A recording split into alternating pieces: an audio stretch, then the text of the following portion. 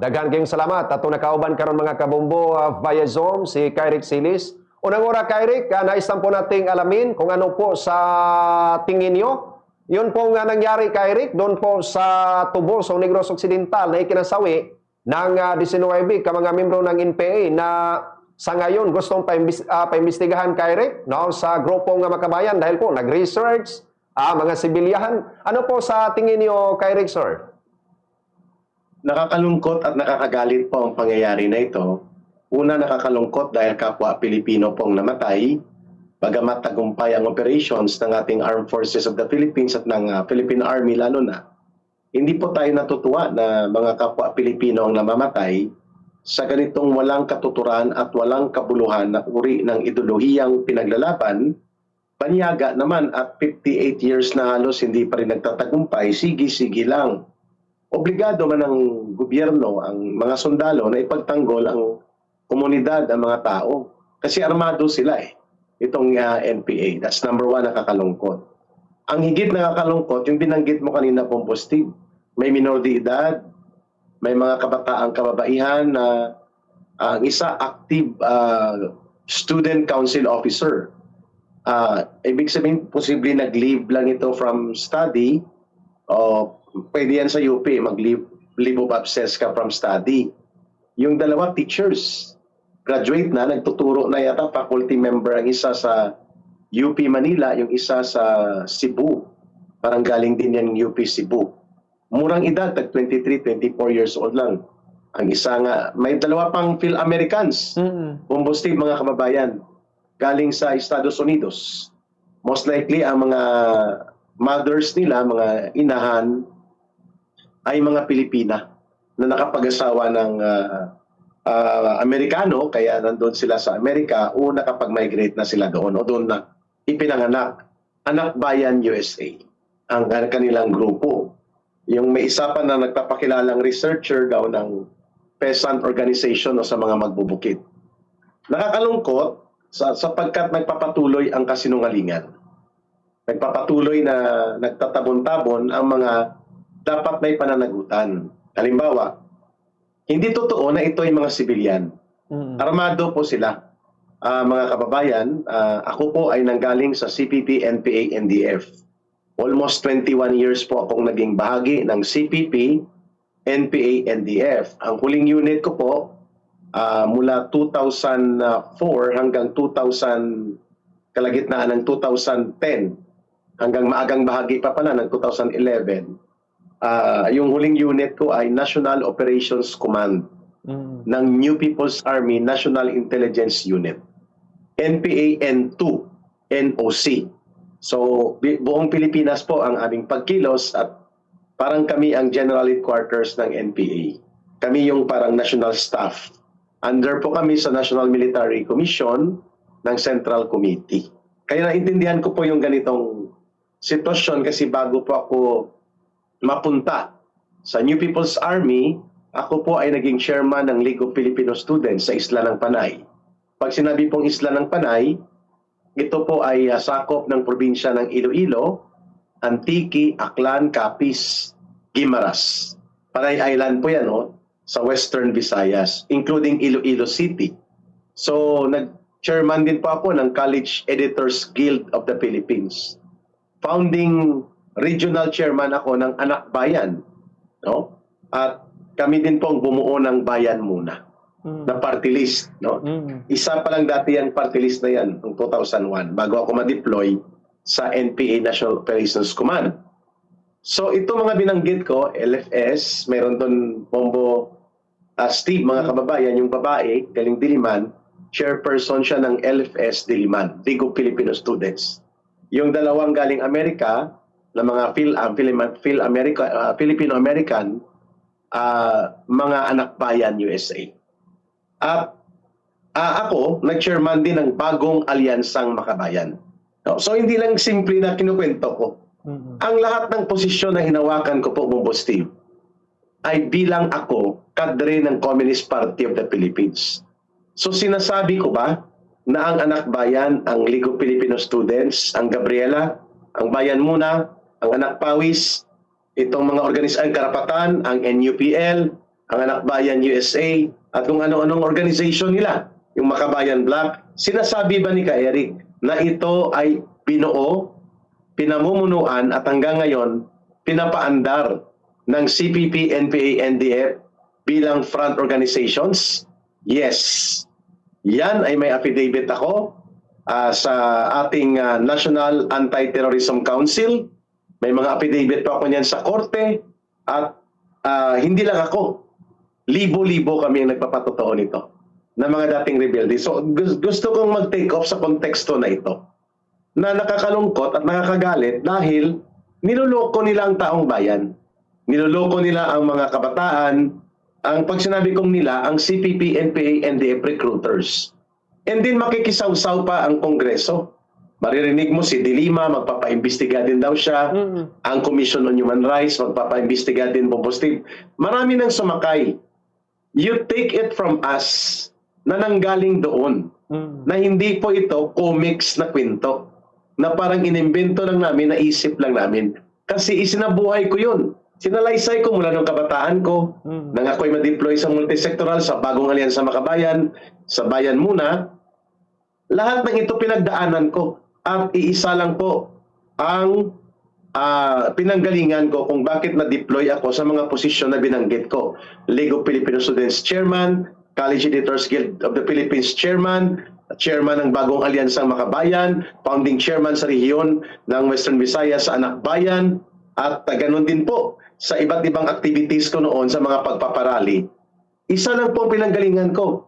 Dinideploy ako at binibigyan ng tungkulin at responsibilidad ng Communist Party of the Philippines para gamitin ang naturang mga front organizations sa pagre-recruit ng kabataan, pag-infiltrate sa gobyerno, pag-infiltrate sa schools, at pati na po ang pagtabon-tabon kapag may mga pangyayari na nagkakaroon ng mga engkwentro na ito.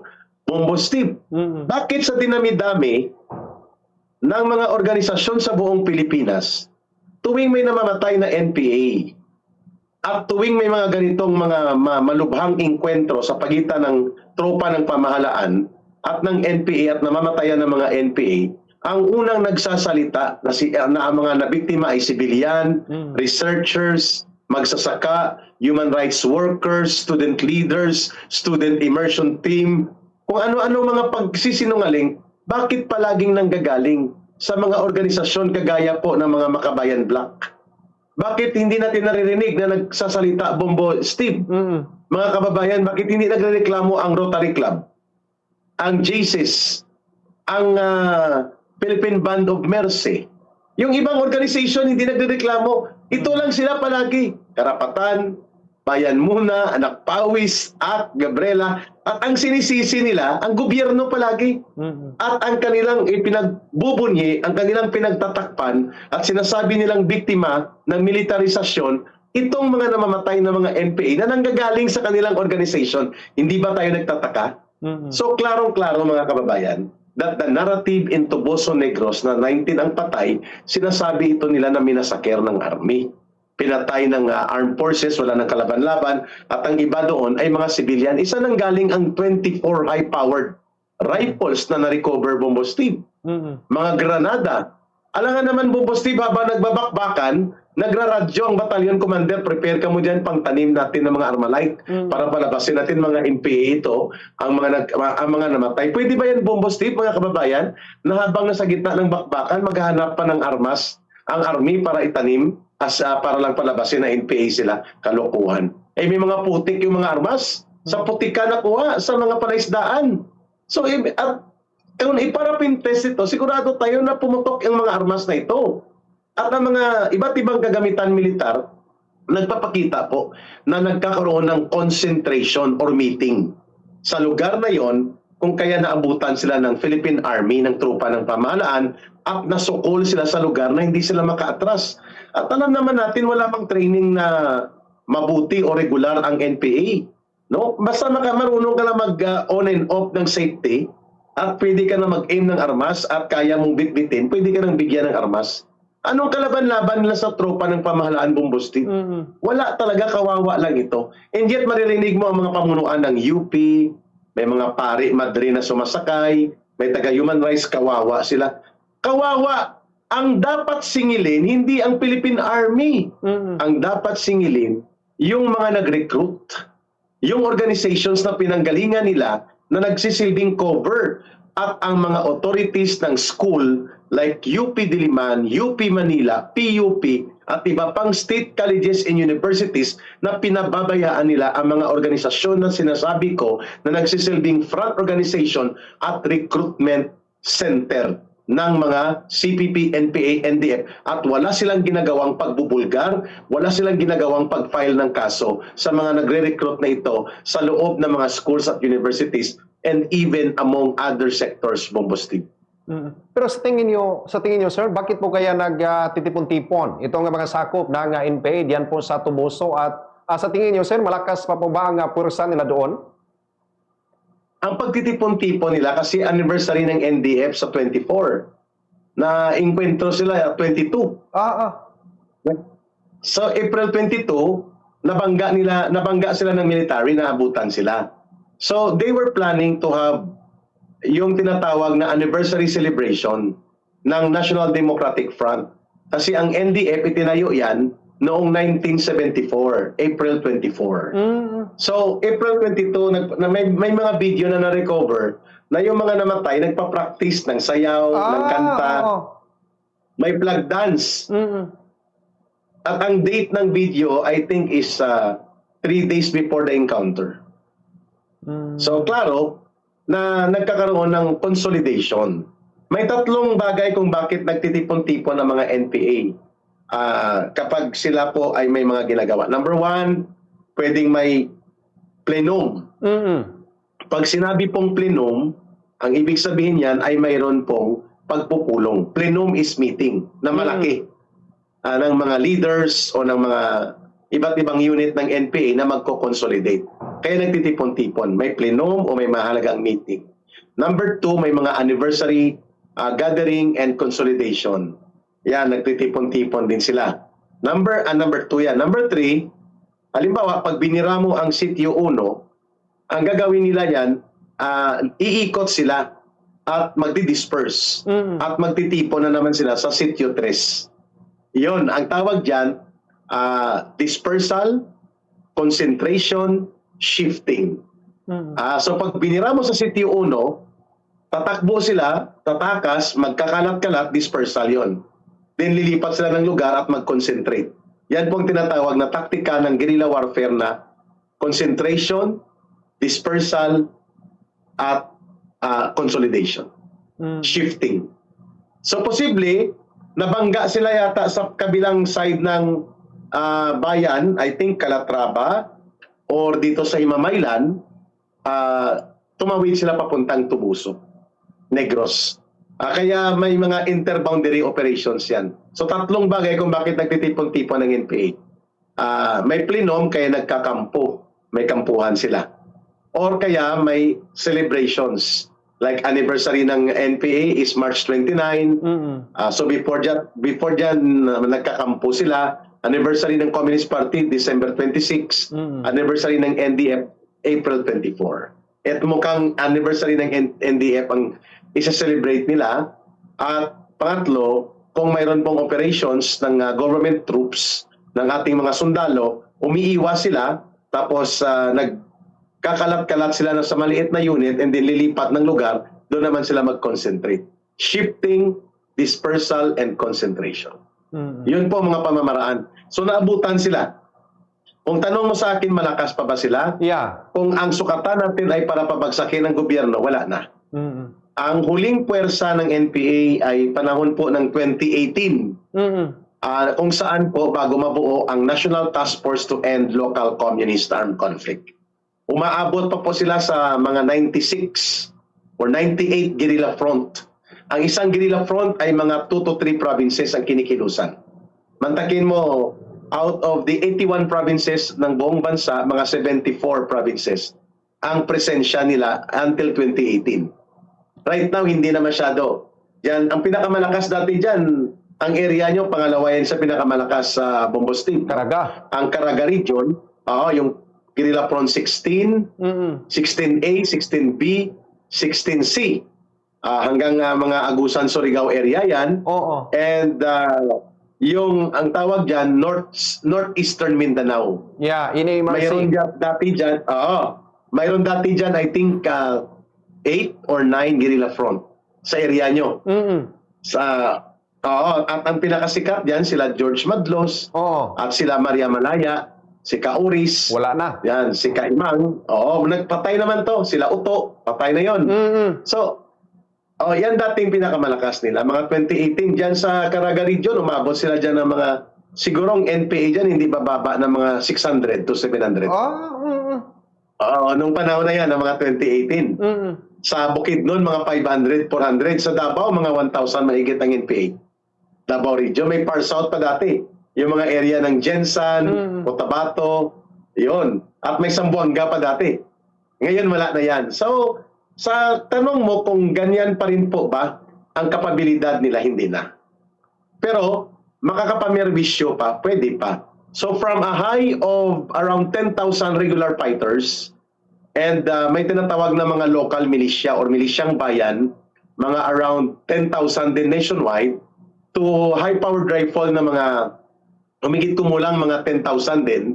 At mayroon po silang mga mas based na mga aabot ng mga 100 to 200,000 sa kanayunan, at ang affected baryo nila mga nasa 2,000 out of the 42,000 baryo. Ngayon hindi na nila yan kayang abutin. Dahil nga sa pagpapatupad ni Pangulong Duterte ng National Task Force to End Local Communist Armed Conflict. In the time na pinabayaan sila, at wala pang NTF-ELCAC during the time of former President Duterte, ang puwersa ng NPA kalahati halos na sa Mindanao. Davao Region, Southern Mindanao Region, Northeastern Mindanao, North Central Mindanao, Far South Mindanao, and Western Mindanao. Yun. So sa buong Mindanao, tibuok Mindanao dati, ang naabutan ko sa nasyonal namin na mga pagpupulong at mga pagtatasa or assessment, aabot ng mga siguro mga kulang-kulang sa 5,000 ang NPA sa Mindanao noon. Until 2018. Ganun kalaki noon. So mga ilan na lang ba ang NPA sa Mindanao? Sa Pilipinas, siguro kulang-kulang na lang sila dyan sa Mindanao. Wala nang 100 siguro. Or mga 200 buong tibuok Mindanao na siguro yan. Mula doon sa halos mahigit 4,000 sila dyan. Dahil nang ipinatupad ang NTF-ELCAC, nagkapatayan ng mga kadre nila, wasak na ang mga organisasyon ng armado nila. Sa buong Pilipinas, mga kulang-kulang na lang sila yata 800. Kahit sa Samar, bagsak sila. Sa Bicol, bagsak sila. Except sa area ng Sorsogon at Masbate. At Negros. Yan na lang.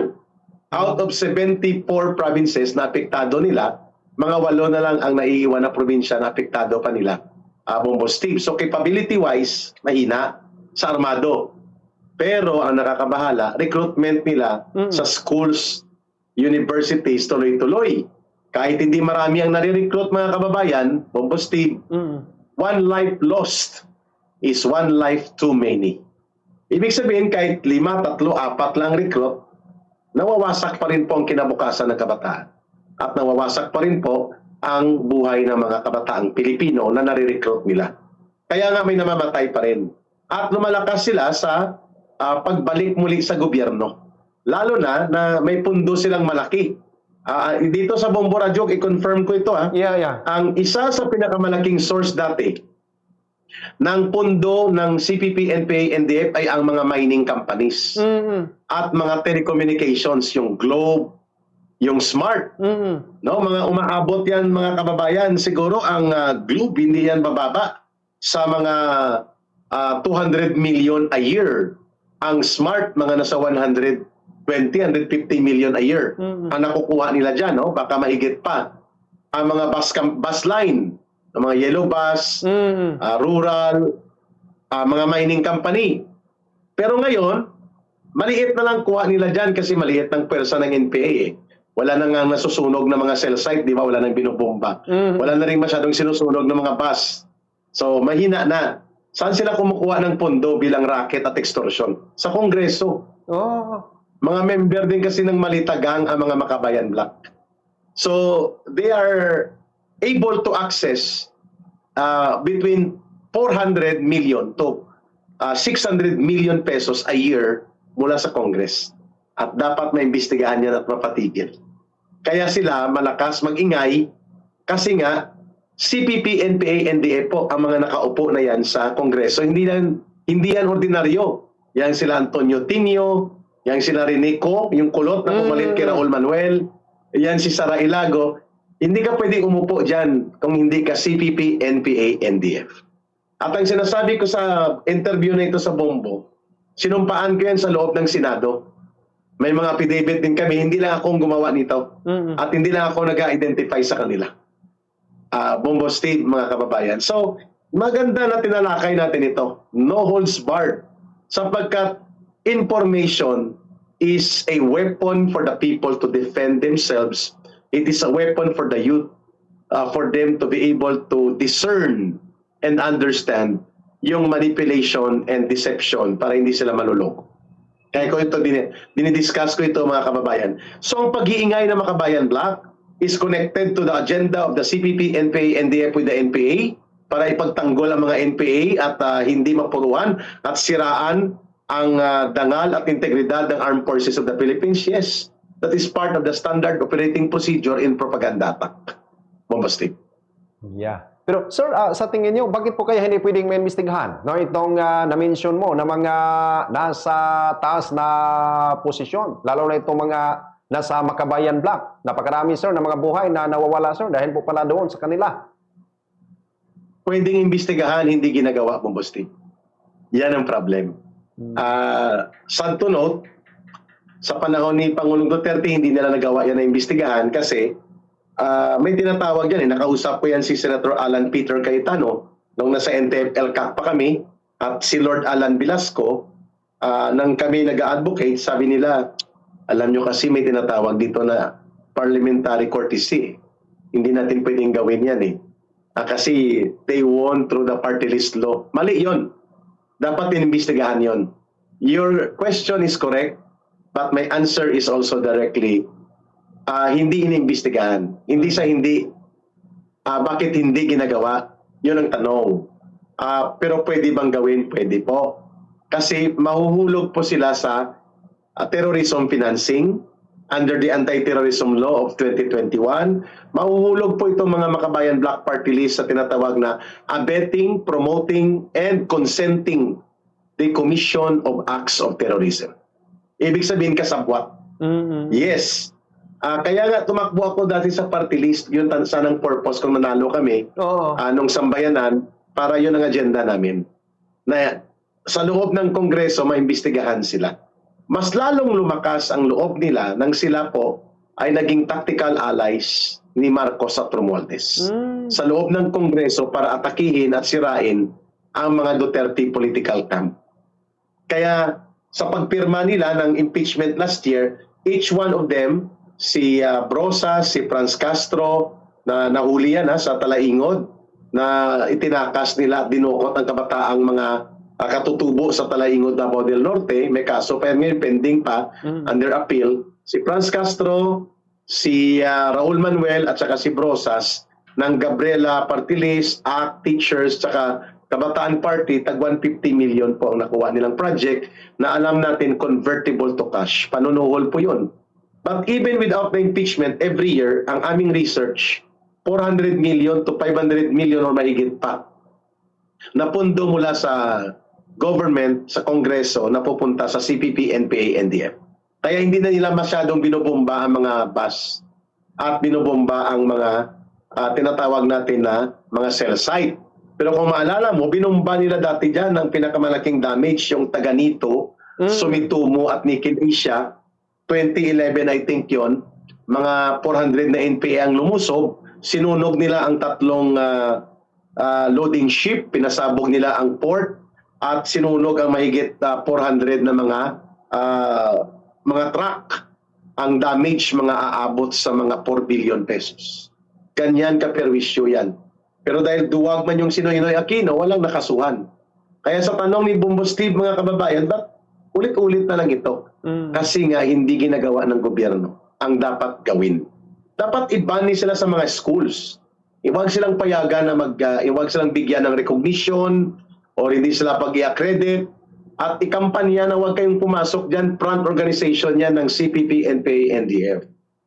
Pero dahil takot itong mga government authorities natin sa schools and universities, nakakasuhan sila kasi kinasuhan nila kami. Ako at si Dr. Lorin Badoy ng red tagging daw or wounded feelings.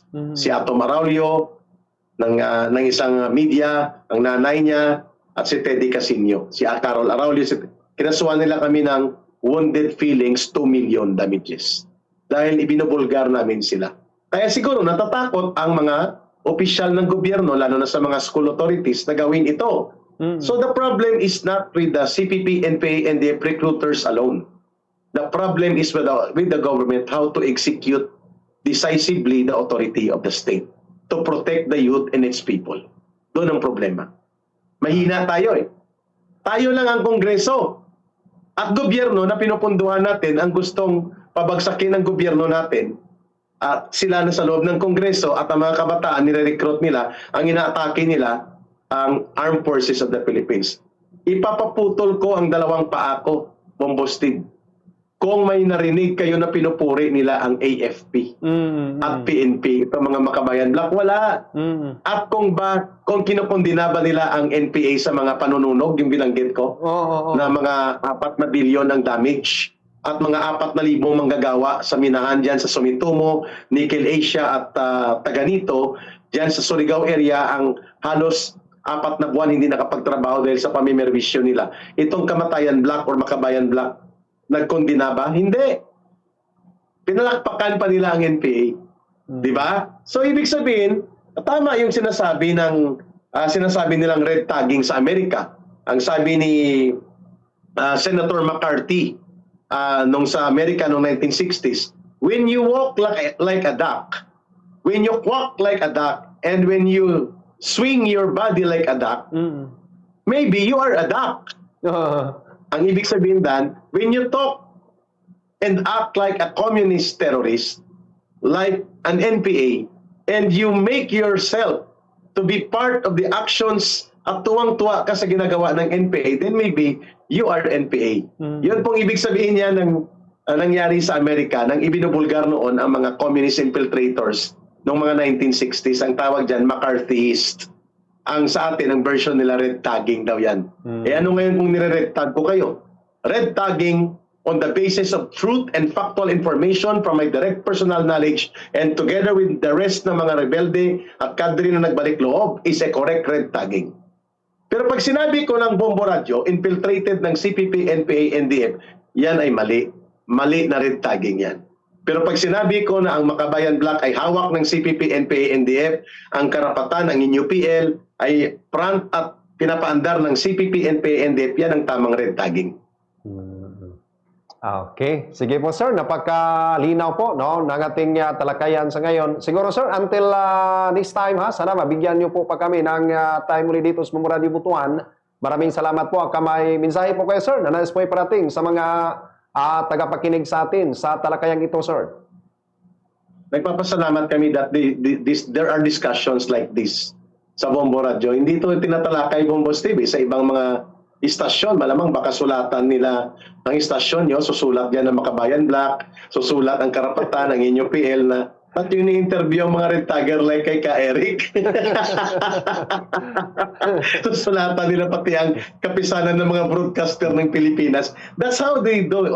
Kung matatakot tayo dyan at matatakot ng gobyerno dyan, hindi matatapos pong ganitong abuso at mga katarantaduhan na nire-recruit nila ang kabataan, tapos ginagawa nilang mga armado at palalabasin nila na researcher at aktivista at community organizer or human rights worker kapag namatay.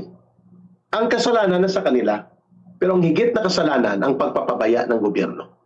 Lalo na mga namumuno ng schools at ng Kongreso. Panay sila imbestiga kay Sara Duterte. Itong imbestigahan nyo for the last 20 years from 2001 to 2026 umaabot po sa mga 10 to 12 billion pesos na pondo ng gobyerno ang napunta sa Kamatayan Makabayan Black na to. Saan ito ginamit? I am personally knowledgeable. Binibigay po yan sa amin sa NPA.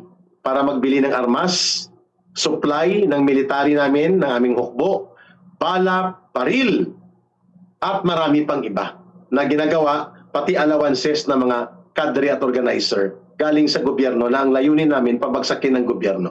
If that will not be exposed and if that will not be put to a stop, di abutin pa tayo nito ng 100 years.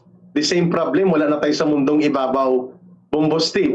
Ito pa rin ang problema ng susunod na henerasyon because nagkulang ang gobyerno para ito'y tapusin na. Lalo na ngayon sa gobyerno ni Marcos, na mas lalo silang lumakas ang loob na makabangon at makabawi dahil may pundo na, may protection pa. Sana mapatigil natin ito, kaya ako nagsasalita at lubos na nagpapasalamat that there are programs like this na natatalakay natin ang ganitong uri ng antas ng talakayan ng katotohanan at direktang impormasyon through Bombo Radio. Yeah. Uli sir, salamat po at magandang gabi po sa inyo. Okay, i-refer nyo lang si Ka Eric ang nagsabi nito, hindi ang Bombo Radio. Yan na lang sagot nyo. Kung sulatan nila ang inyong management na ipatigil ang mga interview na ito. Pero huwag tayong matakot, Bombo Steve. We are doing this for the country and for the people. And for real democracy. Against those who want to destroy our country, our youth, and our own democracy. Pretending to be fighters daw sila for democracy. No, mali po yan. Ang masakla pa, Bombo Steve, pati pare at madre naluloko nila. Pati Commission on Human Rights. Pati mga politiko sumasakay na rin ngayon. At ang panawagan, palayasin ang army sa Negros. So anong ibalik natin NPA? Layas ang army sa Negros, balik daw ang NPA mo. Steve. So layas din ang army dapat yan sa Agusan at Surigao pala. Para makabalik yung mga NPA, ganun ba? Kalokohan. Maraming salamat, Bombo Steve. At mabuhay po ang Bombo Radio. Sa interview na to, lubusan po kami nagpapasalamat. Okay. Daghan kayong salamat.